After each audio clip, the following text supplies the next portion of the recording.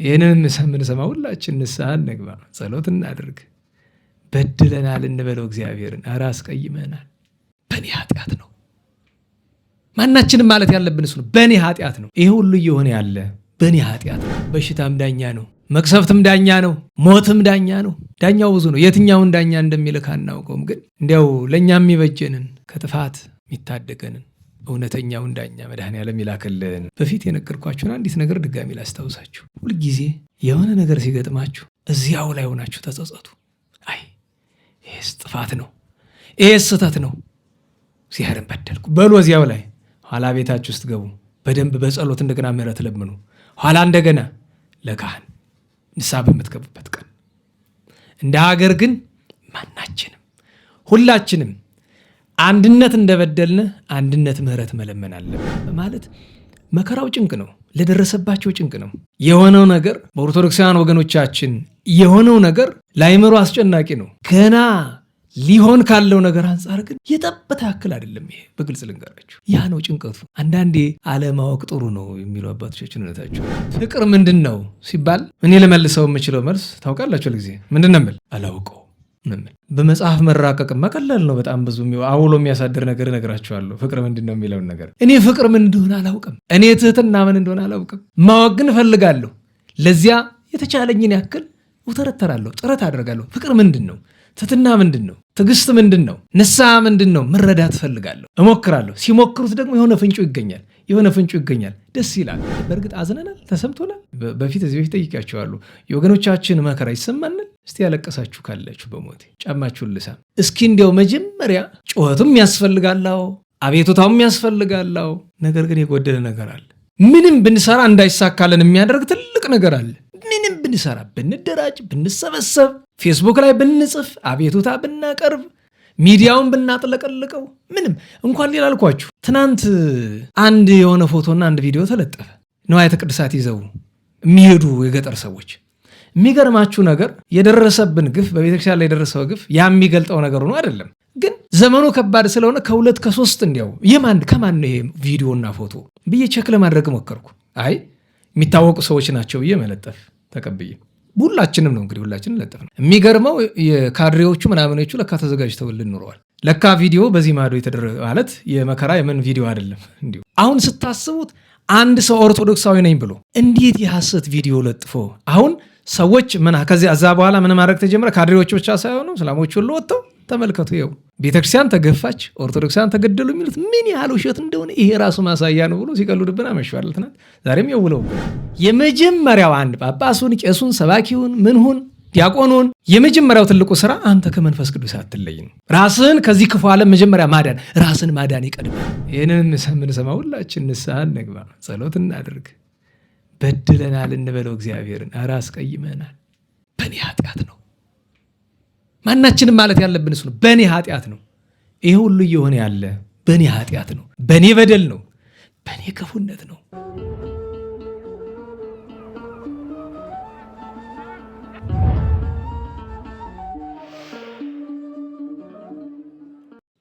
ለምናችሁ አታውቁ ይሆናል። ብዙዎቻችሁ ወላጆቻችሁን ያሳደጓችሁ ርባችሁም አታውቁ ይሆናል። ግን አንድ የቆሎ ተማሪ፣ አንድ የአብነት ተማሪ እዚህ አብረውን የሚኖሩ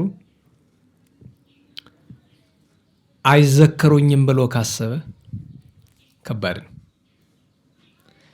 በእንተ ስማ ለማርያም ሲል እንደማይሰጡት ካሰበ ምንም እንኳ ከነሱ እንጀራ የመቀበል መብት የለውም አይደል? አንድ ተማሪ ከሰው ቤት ሄዶ እንጀራ የመውሰድ መብት የለውም። በደግነት ነው የሚሰጡት። እነሱ የመስጠት ግዴታ አለባቸው፣ ሃይማኖታዊ ግዴታ። እሱ ግን የመቀበል የመውሰድ መብት የለውም። ይህን ማወቅ አለባቸው። አንድ የኔ ቢጤ ከማንም ገንዘብ የመውሰድ መብት የለውም። በግድ አምጡ ማለት አይችልም። እኛ ግን የመስጠት ግዴታ አለብን። ግዴታችን ለእግዚአብሔር ነው፣ ለእሱ አይደለም። እሱ ግዴታ አለባችሁ፣ ለእኔ መስጠት አለባችሁ ማለት አይችልም። እና እንደማይሰጡት እያሰበ አንድ የኔ ቢጤ እንደማይዘከሩት እያወቀ አንድ የአብነት ተማሪ ወደ ሰው ቤት ሲሄድ ምንድን ነው የሚሰማው?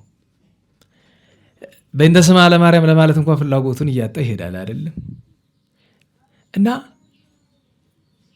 አባ አብርሃም በመጨረሻ ወደ እግዚአብሔር ጮኸ። ጌታዬ ሆይ ምን ላድርግ ብሎ አለ። የእግዚአብሔር መልአክ መጥቶ እንዳይሰሙ በየጆሮአቸው የተተከለውን ሰይጣን አባረረ። ያን ጊዜ በአንድ ቀን ትምህርቱን ተቀበለው፣ ተለወጡ። የቸገረ ነገር ሆነ እና ለምንድን ነው እንዲህ አይነት ቅሬታ የተሰማህ ብላችሁ ብትሉ በእናንተ ላይ ሆነ ይችላል። እኔ ስለ እናንተ ላይ ሆነ ይችላል የምናገረው። ግን አንዳንድ ጊዜ ሰዎች አሁን ሰሞኑን በተፈጠረው ነገር ኢንተርኔቱ በሙሉ በአንድ ርዕስ ላይ ነው ያለ አይደለም። እማዝነው በአድራጊዎቹ አይደለም። ይህንን አጀንዳ ብለን በያዝነው በኦርቶዶክሳውያን ነው። የያዝንበት መንገድ እንደማያዋጣን እንኳን እኛ ማንም ኃላፊ አግዳሚ ያውቀዋል። አሰራሩ እንደዚህ አልነበረም። ለምን? በተደጋጋሚ አይተነዋል። በተደጋጋሚ ሩቅ ሳንሄድ ባለፈው ኅዳር ይሄው ራሱ እዚያው ቦታ ላይ ባለፈው ኅዳር ወሩ እንኳ ተረስቷል አይደል? መቼ እንደተፈጸመ እንኳ ድርጊቱ ተረስቷል። እና የጎደለ ነገር አለ። ሰውም ሚንጫጫ በተፈጸመው ድርጊት ነው። እኔ የሚጨንቀኝ ገና ወደፊት የሚሆነው ነው። ያንን መልሰን ማስተካከል እንችላለን። እንዴት ዋላችሁ? ፍትህ ይላል። አንደኛ ፍትህ የሚባል ነገር ዓለማችንም አታውቅም። ሲጀመር ነገር ሰው ፍትህ ይላል። ከፍትሁ የሚቀድመው ተጨማሪ ነገር እንዳይፈጸም እንዴት እናደርግ ነው አይደለም? ደህና ዋላችሁ? የጎረቤት ውሻ ልጅህን ቢነክሰው ወይ አንተን ቢነክስህ ስለ ቁስሉ ካሳ አይደለም መጀመሪያ መነጋገር የሚገባ ድጋሚ እንዳይነክስ ሲነክስ ደግሞ ምናልባት እግርህን ነው ነክሱ የነበረ ጉሮሮህ እንዳይነክስ። ለምን? መጠገን አይችልም። ትሞታለህ፣ ትፈጸማለህ፣ ታልቃለህ።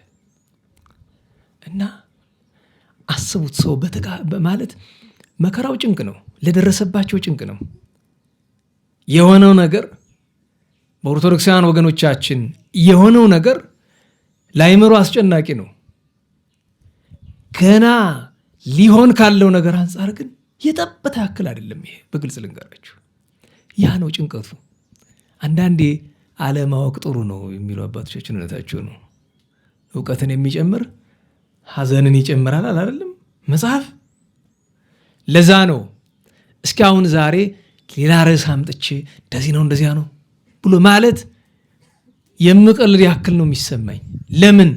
ትልቁ ጎድሎ ይታወቃል። ምንም አይነት ስብከት ቢሰበክ ሰዎችን ለምን ለማብቃት ነው?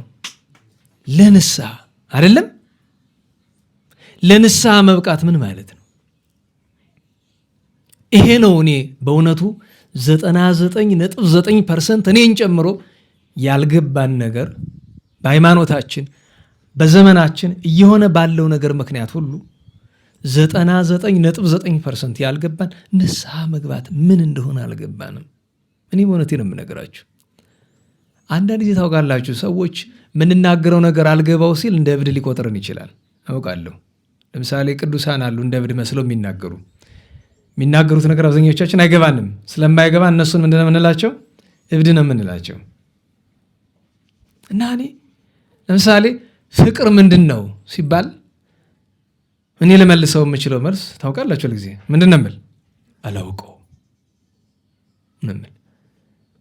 በመጽሐፍ መራቀቅማ ቀላል ነው። በጣም ብዙ አውሎ የሚያሳድር ነገር እነግራችኋለሁ። ፍቅር ምንድን ነው የሚለውን ነገር እኔ ፍቅር ምን እንደሆነ አላውቅም። እኔ ትህትና ምን እንደሆነ አላውቅም። ማወቅ ግን እፈልጋለሁ። ለዚያ የተቻለኝን ያክል ውተረተራለሁ፣ ጥረት አደርጋለሁ። ፍቅር ምንድን ነው? ትህትና ምንድን ነው? ትዕግስት ምንድን ነው? ንስሐ ምንድን ነው? መረዳት እፈልጋለሁ፣ እሞክራለሁ። ሲሞክሩት ደግሞ የሆነ ፍንጩ ይገኛል። ደስ ይላል። ከእግዚአብሔር ዘንድ ምሕረቱም ፍርዱም መጽሐፍ ቅዱስ ጳውሎስ እንግዲህ እግዚአብሔርን ምሕረቱንም ፍርዱንም አስተውሉ ብሏል አይደለም? ምሕረቱንና ፍርዱን ሁለቱንም። ክርስትና የሚገባን እኮ እንደዚያ ነው አይደለም? ምሕረቱም ሲገባን ፍርዱም ሲገባን ነው። እና ሰዎች የሆነ ቦታ አሁን ሰሞኑን አይታችሁ ከሆነ ትልቅ አጀንዳ ትናንትና ዛሬ የሆነ የእግር ኳስ ቡድን አርሰናል ምናምን የሚባለው ስላሸነፈ ኢትዮጵያ ውስጥ ያሉ ደጋፊዎች አዲስ አበባ ላይ ስታዲየም ምናምን የሆነ ድግስ አዘጋጅተዋል። የፌሽታ ድግስ።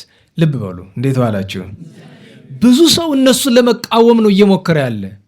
አዎ እንደዚህ ላይ ስትመለከቱ ትክክል ነው። ሰው ያልገባው ነገር ግን እነዚህ ሰዎች ምን እንዲያደርጉ ነው የምንጠብቅ? ማለት ምንድን ናቸው እነዚህ ሰዎች? በነገራችን ላይ እንዳያደርጉ ብናደርጋቸው ምንም ፋይዳ የለውም እኮ። ገብቷቸዋል? እነዚህ ሰዎችን በግድ እንዲያዝኑ ነው የምንፈልግ ነው? አረ እንዲያው በሞቴ አንተው ራሱ እነሱን ፌሽታ አታድርጉ የምትላቸው ሰው በእርግጥ አዝነናል፣ ተሰምቶናል። እዚህ በፊት ጠይቄያቸዋለሁ። የወገኖቻችን መከራ ይሰማናል። እስቲ ያለቀሳችሁ ካላችሁ በሞቴ ጫማችሁን ልሳም። ተነስታችሁ ምንም አታውቋቸው ማለት የሞቱት እነማን እንደሆኑ ታውቃላችሁ? መልካቸውን ታውቃላችሁ? የስጋ ዘመዶቻችሁ ናቸው አይደለም? ግን ክርስቲያን ስለሆኑ ምናችን ናቸው? አዎ አካሎቻችን ናቸው አይደለም? ለምሳሌ እዚህ ደረታችን ጎንበስ ብለን ማየት እንችላለን አይደል?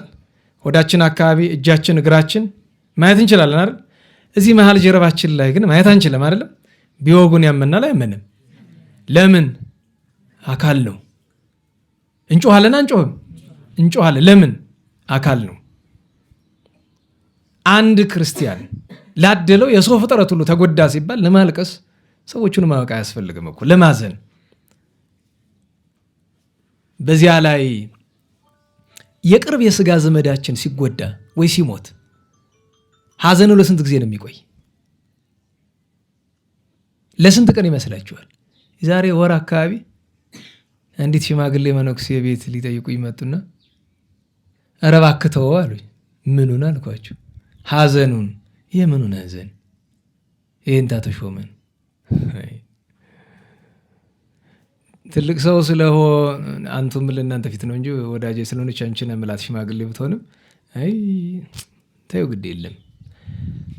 እኔ በግል በስጋ ይህን ታተሾመ ስላረፉ በስጋ የሚቀርብኝ ነገር የለም። በመንፈስም ቢሆን አብረው ይሆናሉ። ግን ቀላል እንዳይመስላችሁ ማለት ለእኔ ለግል የተለየ ጥቅም ጉዳይ አይደለም። ስለ ቤተ ክርስቲያን ነው፣ ስለ ሀገር ጉዳይ ነው። የእሳቸው ብቻ አይደለም። ካፌ ደፍሮ አይወጣም እንጂ ሌላ ነገር ልነግራቸው ይችላለሁ። ግን እኔ ለሰማሁት ያንቀጠቅጠኛል። ደግሞ እንኳን ደግሞ ልናገር ካፌ አውጥቼ ማለት ምን እየሆንን እንደሆነ ምን እየተደረገ ማለት እንዲያው በግልጥ የሚታየውን አይደለም። አሁንም አልነግርም ያልኳቸው እንዲህ በስውር በቅዱሳን ከተማ በቅዱሳን ዓለም ምን እየተደረገ ይሆን? ቸም ሁሉ ነገር እኛ የምናየው አይደለም። በዚህ ዓለም ላይ ብዙ የማናየው ነገር አለ እና እስኪ እንዲያው መጀመሪያ ጩኸቱም ያስፈልጋለው፣ አቤቱታውም ያስፈልጋለው። ነገር ግን የጎደለ ነገር አለ። ምንም ብንሰራ እንዳይሳካልን የሚያደርግ ትልቅ ነገር አለ። ምንም ብንሰራ፣ ብንደራጅ፣ ብንሰበሰብ፣ ፌስቡክ ላይ ብንጽፍ፣ አቤቱታ ብናቀርብ፣ ሚዲያውን ብናጥለቀልቀው ምንም እንኳን ሌላ አልኳችሁ። ትናንት አንድ የሆነ ፎቶና አንድ ቪዲዮ ተለጠፈ። ንዋያተ ቅድሳት ይዘው የሚሄዱ የገጠር ሰዎች። የሚገርማችሁ ነገር የደረሰብን ግፍ በቤተክርስቲያን ላይ የደረሰው ግፍ ያ የሚገልጠው ነገር ሆኖ አይደለም። ግን ዘመኑ ከባድ ስለሆነ ከሁለት ከሶስት እንዲያው ከማን ነው ይሄ ቪዲዮና ፎቶ ብዬ ቸክ ለማድረግ ሞከርኩ። አይ የሚታወቁ ሰዎች ናቸው ብዬ መለጠፍ ተቀብዬ፣ ሁላችንም ነው እንግዲህ ሁላችንም ለጠፍ ነው። የሚገርመው የካድሬዎቹ ምናምኖቹ ለካ ተዘጋጅተውልን ኑረዋል።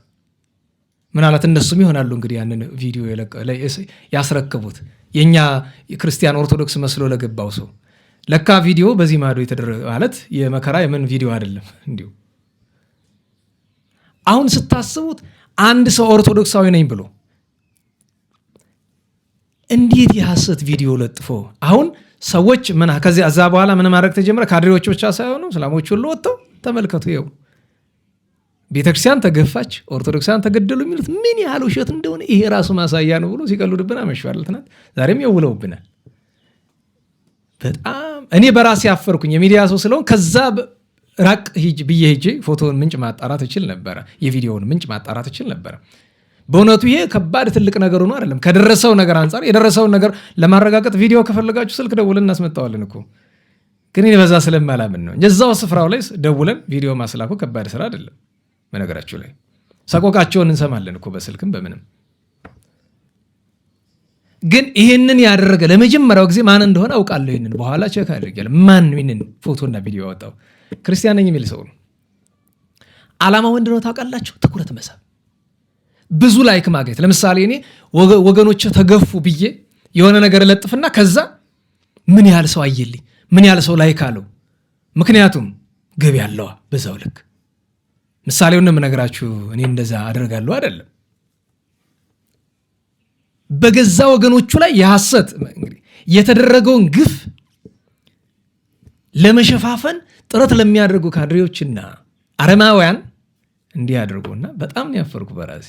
እንደዚህ አይነት ነገር በጣም ነው የምጠነቀቅ። አቅም የቻለው ነገር በህይወቴ ለመጀመሪያ ጊዜ ይሁን አላቅም እንደዚህ አይነት ነገር ሲቀር የእውነት ነው በጣም እንዳፈርኩ ነው ያደርኩኝ። ለምን ቢባል በወገኖቼ ሞት ላይ የቀለድኩ ያክል ነው የተሰማኝ፣ የአንድን ተራቅራቅምቦ ቪዲዮ በመለጠፌ ምክንያት። ያ ደግሞ በምላሹ ምንም የኔ ብቻ ባይሆን በሺህ የሚቆጠር ሰው ቢሆንም የለጥፈው እንኳ ይሄ ኦርቶዶክሳውያንን ተመልክቷቸው ውሸታሞች ናቸው። የገጠር ሰዎች በደስታ እየዘመሩ ቤተክርስቲያን ሰርተው ለማስገባት የሚወስዱትን ነገር የሐዘን አስመስለው እንዴት እንደሚያደርጉ ተብሎ የኛው ሰው መልሶኛ እንዴት እንደሚያደርግን ተመልከቱ። እንዲህ ሆነን መዳን የለም። ግን አንዱነት መርሳት አንችልም። ይህንን ያደረገው ሰው ኦርቶዶክሳዊው ሰው እንደዚህ የሆነ ለምንድን ነው ብትሉኝ፣ ክርስትናውን በስም እንጂ በግብር ስለማያውቀው ነው። ከማን ነው ይህንን የተማረው መጀመሪያ ይመስላችኋል? ከምን አገኘው? የቤተ ክርስቲያንን ሰቆቃ ገንዘብ መሸቀጫ፣ የቤተ ክርስቲያን አገልግሎት መሸቀጫ መሆንን ከማን ነው የተማረው? ከሽፍታ ይመስላችኋል? ንገሩኝ። ከሌባ ይመስላችኋል? ከፈረንጅ ይመስላችኋል? ቤተ ክርስቲያን ያገኘውን አጋጣሚ በሙሉ ቤተ ክርስቲያንን ባገኘው አጋጣሚ መነገጃ ያደርጋት የሚለውን ከማን ነው የተማረው? ከጳጳስ፣ ከቄስ፣ ከሰባኪ፣ ከዘማሪ። ከማን ይመስላል? እንደዛ እኮ ነው። እና እኔ እውነት ነው በጣም ነው የሚያሳፍር። ግን በአጠቃላዩ በገሌ ወይ በገሌ ስለመፍረድ አይደለም ነገሩ።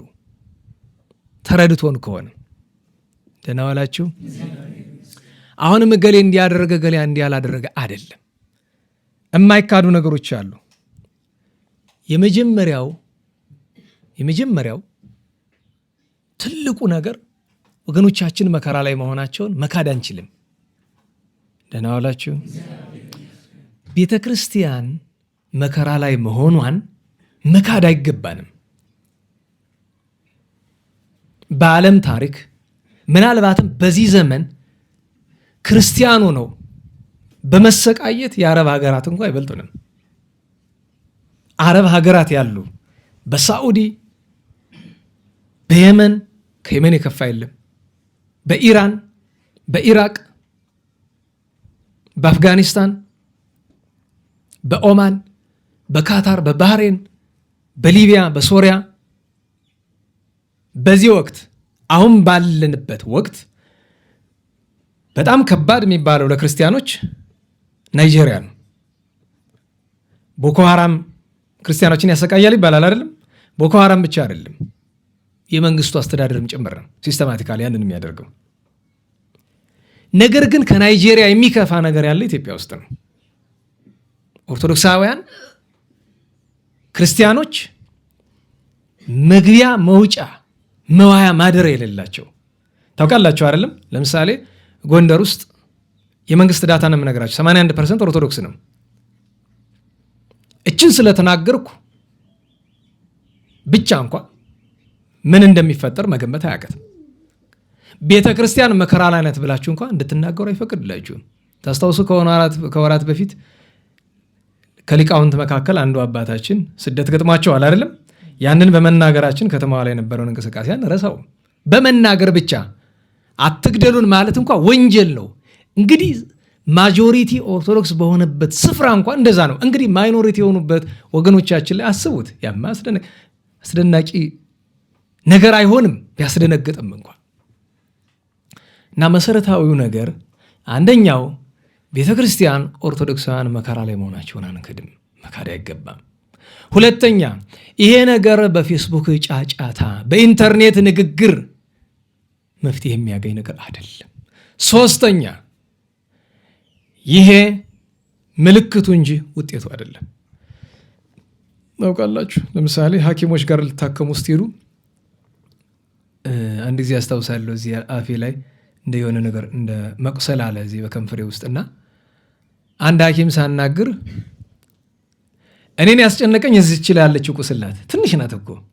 ሐኪሙን ያስጨነቀው ግን እችን ነገር የፈጠራት ከውስጥ ምንድን ነው እሱን ልወቅ ነው። እችኛይቱ ከሆነ ችግር የለውም፣ በራሷ ነው የምትድን፣ አያስጨንቅም። ያው የተወሰነ ቀን ትቆስል ይሆናል፣ ግን እሷ ብቻ ከሆነች ግን የሌላ ነገር ምልክት እንዳይሆን፣ የሌላ ከውስጥ ያለ የገነገነ ህመም ምልክት እንዳይሆን። ገብቷችኋል? ለምሳሌ ራሳችሁን ሲያማችሁ ኖርማል የራስ ህመም ከሆነ ያልፋል አይደል? ማስታገሻ ብትውጡ ወይ ብትተኙበት ያልፋል አይደለም? ነገር ግን የራስ ምታቱን ለዛ ነው ሐኪም የሚያስፈልጋችሁ፣ ለዛ ነው እንጂ ማስታገሻ ከኦቨር ዘ ካውንተር የሚሸጥ ነገር ስለሆነ ሄዳችሁ ያለ ማዘዣ ማስታገሻ መግዛት ይቻላል አይደለም? እሱ ከባድ ነገር አይደለም፣ ሙያም አይጠይቅም። አያችሁ፣ ባለሙያው የምትፈልጉት ለምንድን ነው? የራስ ህመም ብቻ ነው ወይስ በሰውነት ያለ ሌላ ከባድ በሽታ የፈጠረው ነው የሚለውን ነገር ማወቅ ነው ሐኪሙ የምትፈልጉት፣ ለዛ ነው። በቤተ ክርስቲያንም ካህናት፣ መምህራን፣ ጳጳሳት የምናስፈልግ ለዚህ ነው። የችግሩን መንስኤ ለይቶ ከስሩ ምንድነው ነው። ምክንያቱም መፍትሄ ለመስጠት እየሞከርክ ያለው ለራስ ህመሙ ከሆነ ለራስ መታቱ ከሆነ ያ ሰው ቀን ይወስዳል እንጂ ይሞታል። የቤተ ክርስቲያንም አሁን ያለንበት ሁኔታም ይህንን ይመስላል። ይሄ ነገር ከምንድን የመጣ? በነገራችሁ ላይ ድፍን 50 ዓመት ሲደረግ የኖረ ነው። ለምሳሌ ዛሬ ግንቦት 28 ነው አይደለም? ልክ በዚች ቀን የዛሬ 37 ዓመት በ1980 ዓመተ ምህረት የኢትዮጵያ ሶስተኛው ቅዱስ ፓትርያርክ ብፁዕ ቅዱስ አቡነ ተክለ ሃይማኖት ያረፉበት ቀን ነው ዛሬ። ብፁዕ ቅዱስ አቡነ ተክለ ሃይማኖት ፓትርያርክ የነበሩ በደርግ ዘመን ነው። ምክንያቱም ደርግ እንደተሾመ ብፁዕ ቅዱስ አቡነ ቴዎፍሎስ የሚባሉ ፓትርያርክ ሊቀ ጳጳሳት ነበሩ። እሳቸውን በገመድ አንቆ ገደላቸው። በገመድ አንቆ ከመግደሉ አስቀድሞ ግን ጳጳስ ሹሙ በላያቸው ላይ ተብሎ አንድነት ተወረዱ። እንዴት ዋላችሁ? አቡነ ቴዎፍሎስን የገደላቸው ደርግ አይደለም። ለዛ ነው አንዳንድ ነገሮችን ላዩን ስለምንመክ በገመድ ያነቃቸው ደርግ ነው። በመንግስቱ ኃይለማርያም ትእዛዝ ማን አንቆ እንደገደላቸው ታሪኩ እኮ ይታወቃል። መሰረታዊው ነገር ሁለት ነው። አንድ በወቅቱ እሳቸው እንዲገደሉ ያደረገ ቤተ ክህነቱ ነው። ምንም ጥያቄ የለው። ተረድታችሁኛል? አስገዳዩ ማን ነው? አንድ። ሁለተኛ ነገር አቡነ ቴዎፍሎስም ራሳቸው ሰማዕት ናቸው፣ ክብር አግኝተዋል። ለትምህርት ያህል ስለሆነ ግን ከደሙ ንጹህ አልነበሩም። እሳቸውም ለምን ከኋላ የነበሩ ክፍተቶች ነበሩ። ግን ከሳቸው ብቻ አይደለም፣ ከሳቸው በፊት በአቡነ ባስልዮስም ነበሩ። ቀዳማዊ ኃይለ ሥላሴ እርሳቸው ካጠፉት ይልቅ መሰራት ሲገባቸው ያልተሰሩ ነገሮች ተጠራቅመው ሀገሪቱን ለጅብና ለውሻ አሳልፈው ሰጥተዋታል። እና ብፁዕ ቅዱስ አቡነ ተክለ ሃይማኖት አባ መላኩ የሚባሉ በወላይታ ምድር በባዶ እግራቸው ቆዳ ለብሰው በስብከተ ወንጌል የሚያገለግሉ በመቶ ሺህ የሚቆጠሩ ኢአማንያንን ያጠመቁ ደግ መናኝ ናቸው። ለአቤቱታ በመጡበት ነው አይደል ተይዘው የተሾሙ። እና ቤተክርስቲያኗን ሲመለከቷት ከውጭ ይልቅ ቤተክርስቲያኗን ለማዳን ከባድ የሆነ ከውስጥ ያለው ነው። እና ብዙ ሰው ምን ይላል? በደርግ ዘመን ያ ሁሉ ቀይ ሽብር ሲካሄድ ያ ሁሉ ቤተክርስቲያን የካድሬ መጫወቻ ስትሆን ፓትርያርኩ ሊቀ ጳጳሳቱ ምን ይሰሩ ነበር ብሎ አቡነ ተክለ ሃይማኖት ላይ ብዙ ሰው ሲፈርድ ሰማለሁኝ። እውነቱ ግን እንደሱ አይደለም። ብፁዕ ቅዱስ አቡነ ተክለ ሃይማኖት በዘመናቸው በሊቀ ጳጳስና በነበሩበት ወንበር ላይ ሲያደርጓቸው የነበሩ 3 ነገሮች ናቸው። ደህና ዋላችሁ። አንደኛ የገዛ ንጽህናቸውን መጠበቅ ነው። መጀመሪያ ለምን? መንፈስ ቅዱስ ከሳቸው ከተለየ ችግር ነው። በዚያ ምክንያት እርሳቸው ለዘላለም የበሉትን ምግብ እኔና እናንተ ለአንድ ቀን ልንበላው አንደፍረውም አይደል? በውስጥ ማቅ ለብሶ ጥቂት በሶ በጥብጦ ጠጥቶ ጥሬ ቆርጥሞ ወይ ድንች ነገር በልቶ መዝለቅ የሚገርማችሁ ነገር ስለሳቸው ከምንሰማቸው ነገሮች በጣም አስገራሚው ነገር እውነት ላይ መስላችሁ ይችላል። እውነት ላይ መስል ይችላል። ግን ብር ታውቃላችሁ አይደል? የብር ኖት ንገሩኝ። የብር ኖት አያውቁም ነው የሚባለው እኮ። አታውቁም? የብር ኖት ምን እንደሆነ አያውቁም። ብርና ወረቀት መለየት አይችሉም። ምክንያቱም ደሞዝ በእጃቸው ተቀብሎ ስለማያውቁ ይባላል። ደሞዝ የሚቀበልላቸው ሰው አለ፣ ተቀብሎ ለቤተክርስቲያን አገልግሎት በዛው አየር ባየር አውሎ ነው የሚሉት ወደዚያው። እና በምን ተረጋገጠ ቢባል አንድ ወንድማችን አለ በመሀል ሀገር ያለና ከአይነ ምስክር አገኘው ብሎ የነገረው ይህን ነገር እንሰማለን። ግን እሱ ደግሞ የበለጠ የአይነ ምስክር አገኝቶ እኛ የአይነ ምስክር ወደ እሳቸው ቢሮ ስገባ ብር ወድቆ አገኘው ቢሮ ላይ መሬቱ ላይ። እና አባታችን ምንድን ነው ይሄ ማን ጥሎት ነው እየስላቸው፣ አረ ቅድም የነበረው ሰውዬ የጣለው ወረቀት ነው፣ ውሰድና ቆሻሻ ገንዳ ጣልልኝ። ብሩን ማለት ነው። ማለት ብር መሆኑን አልተረዱም። ርቀት ኖሮት አይደለም፣ እዛው እኮ ፊታቸው አይናቸው ላይ። እና ራሳቸውን ይጠብቁ ነበር። አሁን ቅድም ያነበብኩላችሁ የቅዱሳን ሐዋርያት ሥራ ግብረ ሐዋርያት ከርዕሳችን ዝቅ ብሎ ቅዱስ ጴጥሮስ ንስሐ ግቡ ካላቸው በኋላ መጨረሻ ላይ ቁጥር 40 ላይ ምንድን ነው የሚላቸው? አድህኑ ርእሰክሙ እምዝ ዓለም እኩይ፣ ከዚህ ክፉ ዓለም ራሳችሁን አድኑ ብሏቸዋል። አስታውሳለሁ አጣጣሚ ሚካኤል በዚህ ርዕስ ከዓመታት በፊት ተምረናል። ከዚህ ክፉ ዓለም የመጀመሪያው አንድ ጳጳሱን፣ ቄሱን፣ ሰባኪውን፣ ምንሁን፣ ዲያቆኑን የመጀመሪያው ትልቁ ስራ አንተ ከመንፈስ ቅዱስ አትለይ ነው። ራስን ከዚህ ክፉ ዓለም መጀመሪያ ማዳን፣ ራስን ማዳን ይቀድማል። ለዚያ ነው ንጽህናቸውን፣ ትሩፋታቸውን፣ ገድላቸውን ትልቁ ስራቸው አንዱ እሱ ነው የነበረ። ሁለተኛው ስራቸው እርሳቸው ሲቀበሉት ከመጠን በላይ ብልሽት ይወጣ ነገር ነው።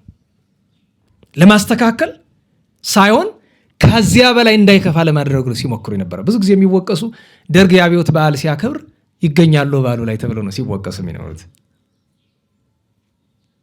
በዓል ሲያከብር ግድ ይጠራሉ፣ ይሄዳሉ። ለምን እንደሄዱ፣ እንዴት እንደሄዱ፣ ምን አድርገው እንደሚመለሱ፣ ምን እዚያ ሄደው ይሄን አሉ ያን አሉ አይባሉ። ስለዚህ ሁለተኛው ስራቸው ምንድን ነው? ቢያንስ ሲሆን የሚስተካከሉ ነገሮች ካሉ እንዲስተካከሉ፣ ሰበካ ጉባኤ እንዲጠናከር፣ የጓለማውታ ተቋማት የሐዋርያ ጳውሎስ ምናምን ሲባል ሰማላችሁ። በዚህ ጎንደር ማን ያቋቋሙ? የጓለሞታን ስፍራዎችን ማቋቋም አቅማቸው የቻለውን ያክል ቤተክርስቲያን ከዚያ በላይ እንዳትሞት፣ ከዚያ በላይ እንዳትዋረድ አቅማቸው የቻለውን ያክል። ምክንያቱም ትግሉ በወቅቱ ከደርግ ጋር አልነበረም፣ እዛው ቤተ ክህነት ውስጥ ካሉ ሰዎች ጋር ነው። ከባዱ ጦርነት እንጂ ደርግን ማሸነፍ ከባድ ስራ አልነበረም። ለምን? ዓለማንን ማሸነፍ አይከብድም። ቢበዛ ሰማዕትነት መቀበል ነው፣ ሌላ ነገር የለውም። ሶስተኛው ትልቁ ስራቸው ምንድነው ታውቃላችሁ? ጥቂት ከዓመት ከቆዩ በኋላ ማስተካከል እንደማይችሉ አወቁት። ቅዱስ አካክዮስ የሚባል አንድ ሊቀ ጳጳሳት ነበር በቁስጥንጥንያ የተሾመ በ5ኛው ክፍለ ዘመን ጉባኤ ኬልቄዶን ከተደረገ በኋላ ፓትርያርክነት የሾሙት በቤተ ክርስቲያን ውስጥ ምንፍቅናና ችግር ስለበዛ ያን እንዲያስተካክል ነው። እንደተሾመ ሲመለከተው ግን ከሱ አቅም በላይ ሆኖ አገኘው። ስለዚህ ምን አለ? እኔስ ራሴን ላድን ይገባኛል ብሎ አለ። ከዚህ ያሳደዱት፣ በስደት ሞተ። ታዲያ ብፁዕ ቅዱስ አቡነ ተክለ ሃይማኖት ምንድነው ሶስተኛው ስራቸው ካላችሁ አንድ ስራ ነው። እግዚአብሔር ምን ይሉት ነበር? ውሰደኝ ውሰደኝ።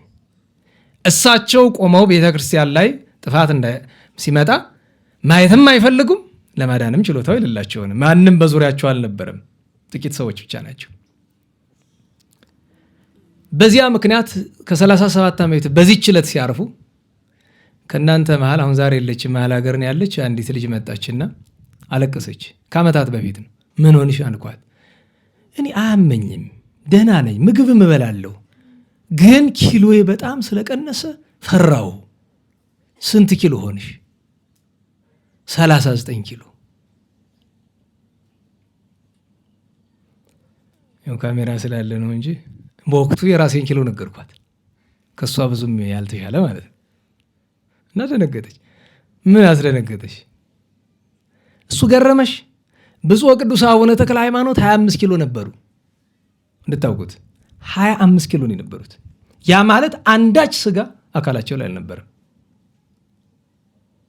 አንዳች የስጋ ትርፍ አካላቸው ላይ እስካይገኝ ድረስ ማለት ነው።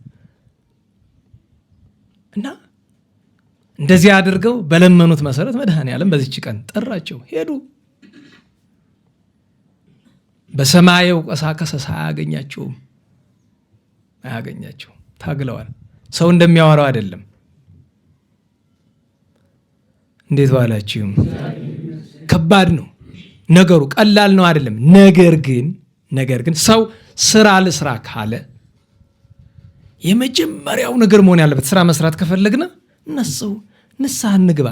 እንዲህ የእግዚአብሔርን ነገር ከእግዚአብሔር ጋር ሳይታረቁ እንዴት አድርጎ መስራት ይቻላል? ወገኖቼ፣ ወንድሞቻችን፣ እህቶቻችን ይህንን የምትሰሙ የምትወዱንም የምትጠሉንም እስኪ ያስቡት። ይሄ ስለ እኔ ወይ ስለ አንድ ሰው ስለ ገሌ አይደለም፣ ስለ አንዲቱ ቤተ ክርስቲያን ነው። ስለ ወገኖቻችን ህልውና ነው። ከምንም በላይ ስለ አንተ ስለ አንቺ ነው። እስኪ ያስቡት። እንዴት ሰው ከእግዚአብሔር ጋር ሳይታረቅ ለእግዚአብሔር እሰራለሁ ይላል? እንዴት ከቤተ ክርስቲያን ጋር ሳይታረቅ ለቤተ ክርስቲያን እሰራለሁ ይላል? ለዛ ነው እስካሁን ከሆነው ገና የሚሆነው ሲያስቡት ይሰቀጥጣል። ጭንቀቱ እሱ ነው። ከባዱ ነገር እሱ ነው። የቸገረን ነገር እሱ ነው። ወገኖቼ፣ በምን ቋንቋ እንነጋገረው ይሆን? ግንቦት እያለቀ ነው። ሰኔም እየመጣ ነው። እንደ ባህሉ አማርኛ ሰኔና ሰኞ ሲገጥም ፍራ ይባላል አይደል? ሰኔ አንድ ምን ይመስልሃል? ሰኞ ነው አይደል? እኔ በሱ ላስፈራራችሁ አይደለም። በእርግጥ ባለፉት ድፍን 40 ዓመታት ሰኔና ሰኞ የገጠሙባቸው ወደ 7 ወይ እንደዛ የሚሆኑ ቀናት ይኖራሉ። 5 ወይ 7። ግን እኔ ሰኔና ሰኞን እናቆየው፣ ተውት፣ ችግር የለም። እሱ የመድኃኔዓለም የሥነ ፍጥረቱ ስራ ነው። ግን ክረምት ነው። አንዳንዶቹ በክረምት ለመዝናናት እቅድ ያላቸው ሰዎች አሉ። ቢዝነስ ለመስራት ብዙ እቅድ አለን አይደል? በክረምት አባቶቻችንሳ ደጋጉሳ በክረምት እቅዳቸው ምን ይመስልሃል? ምን ይመስልሻል እህቴ? ይህን የምትሰሙላችሁ በዚህ በሚቀረጸውም በምንም ቢሆን ማለት ነው። ምን ይመስለናል?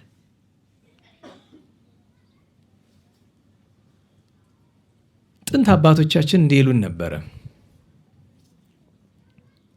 ንስሐን የማያውቅ ሕዝብ የ3 ሰዓቱ መከራ የ3 ቀን ይሆንበታል። የ3 ቀኑ የ3 ወር፣ የ3 ወሩ የ3 ዓመት፣ 3 ዓመቱ 30፣ 30ው 300 ዓመት ይሆንበታል ይላሉ። የቅዱስ ዳዊትን ነገር ረሳ ነው። ሕዝብ ስለቆጠረ ከእግዚአብሔር ጋር ተጣልቶ መቅሰፍት ምረጥ ተብሎ የ3 ወሩን አይደል የመረጠ? እግዚአብሔር ግን እቅር አለው። በስንት ሰዓት ነው? በ3 ሰዓት። ይኸው ለምን ንስሐ ገባ፣ ጥፋቱን አመነ። ምን ተረሳ ሁሉ አባግ፣ እነዚህ በጎች ምን አደረጉ? እጅ በእኔና በአባቴ ቤት ይሁን፣ እኔ ነኝ ሕዝብህን ቆጥሬ ያጠፋው እኔ ነኝ አለ። ለጥፋቱ በአውደ ኦርና ኢያቡሳዊ መስዋዕት አቅርቦ መልአከ መደምስስን ከ70,000 ሰው በላይ እንዳያጠፋ አስቆመው። እንጂማ በሚሊዮን የሚቆጠር ሰው እኮ ነው ሊያጠፋ መጥቶ የነበረ። የቆጠራቸውን ኃያላን ሁሉ ሊያጠፋበት ነበረ። ያ ማለት ወደ 1.2 ሚሊዮን በላይ ኃያላን ሊያጠፋበት ነበረ። እና ዳዊት እስራኤልን ጥብቋት የኖረ በንስሐው ነው። ቅዱስ ዳዊት አባቶቻችን እንደዚያ ናቸው። አፄ ዘርዓ ያዕቆብን እንዳትረሱ። የገዛ ልጃቸውን የበኩር ልጃቸውን ገላውዲዮስን በስቅላት የገዛ ልጃቸውን የቀጡት በከንቱ እንዳይመስላችሁ። እና አፄ አድያም ሰገድ ኢያሱ አንዳንድ ነገሮችን አይተው ይሄማ በሀገር የጥፋት ሊያመጣ አይደለ ብለው መጀመሪያ ንስሐ ሱባኤ ገቡ። እሱም የማይመልሰው ቢሆን እኮ ዙፋናቸውን ትተው ጨቅላ መንዞ መቅደሰ ገላውዲዮስ ጣና ውስጥ ገብተው እኮ በጦር ተወግተው በጥይት ተደብድበው በሳት ተቃጥለው እኮ ሙተዋል። ሀገር ግን እንድትቀጥል አድርገዋል። እና በሞቴ ንስሐ እንግባ። ይህንን የምንሰማ ሁላችን ንስሐ እንግባ፣ ጸሎት እናድርግ። በድለናል እንበለው እግዚአብሔርን። ኧረ አስቀይመናል። እውነቴን ነው። አንድ ወዳጄን አባቶች ሲመጡ አይዞህ ጥሩ እየደረክ ነው፣ አሁን ጥሩ ይዛል፣ በርታ ብለው ይሉታል። ገብቶ ማልቀስ። ምን ሆንክ አልኩት። አይ ኃጢአቴ ቢበዛ ነው እንጂ እንደዚህ አሉኝ። እውነት ግን ነው። እሺ አልቅስ፣ ቀጥል፣ ችግር የለም።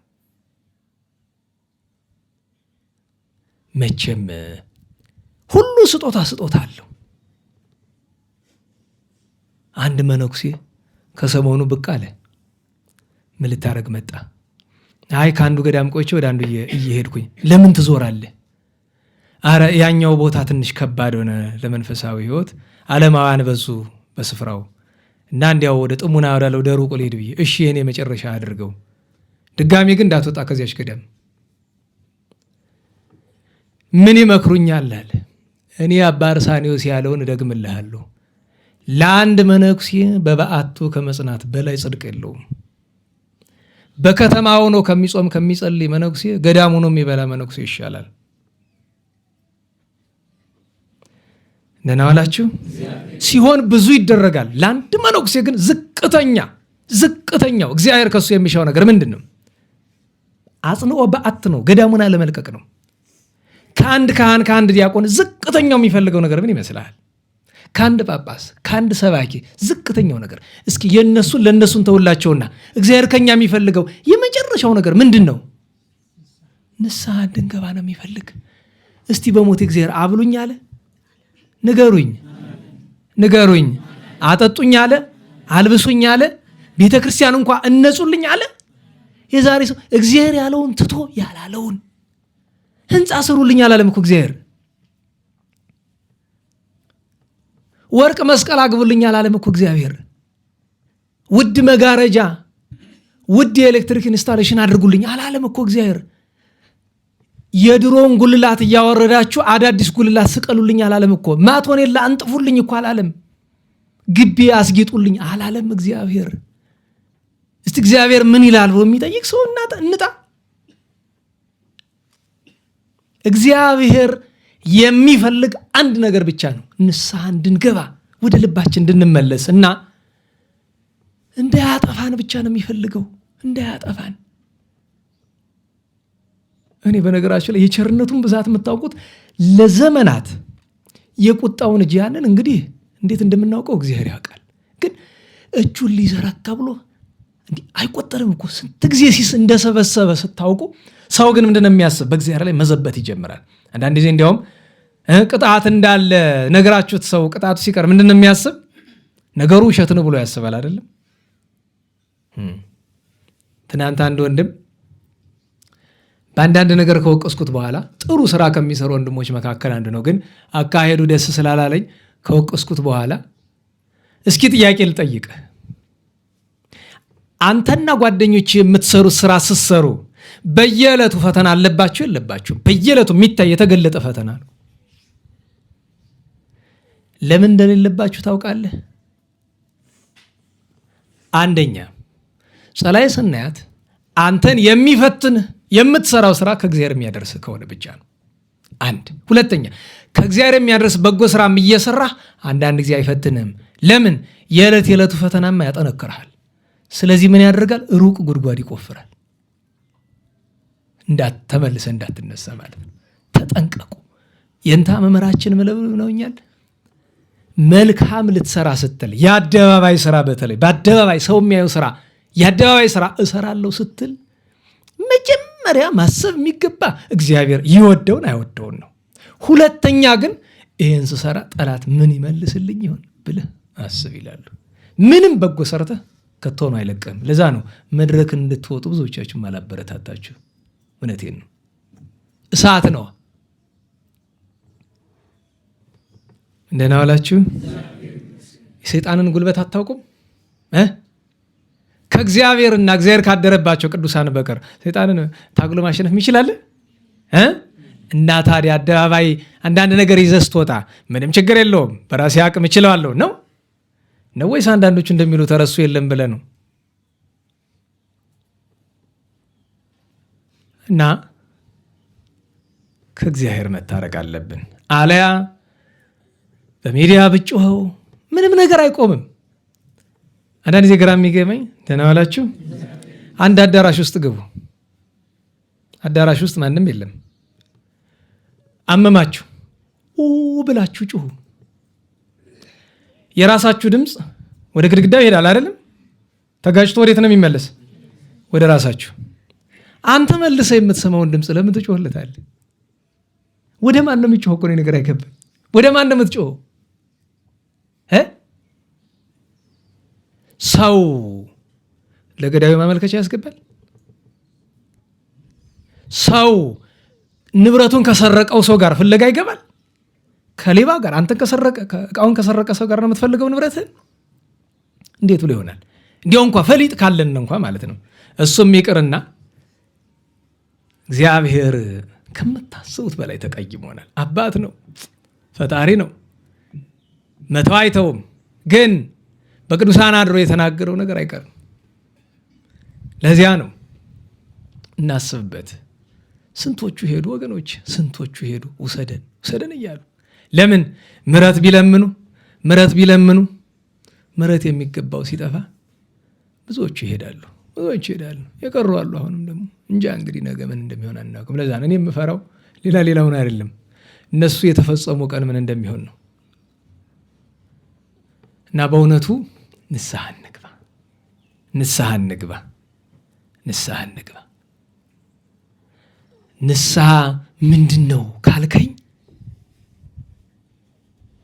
ከልብ ከአንጀት ይሄ ሁሉ የሆነ በገሌ አይደለም በእኔ ኃጢአት ነው።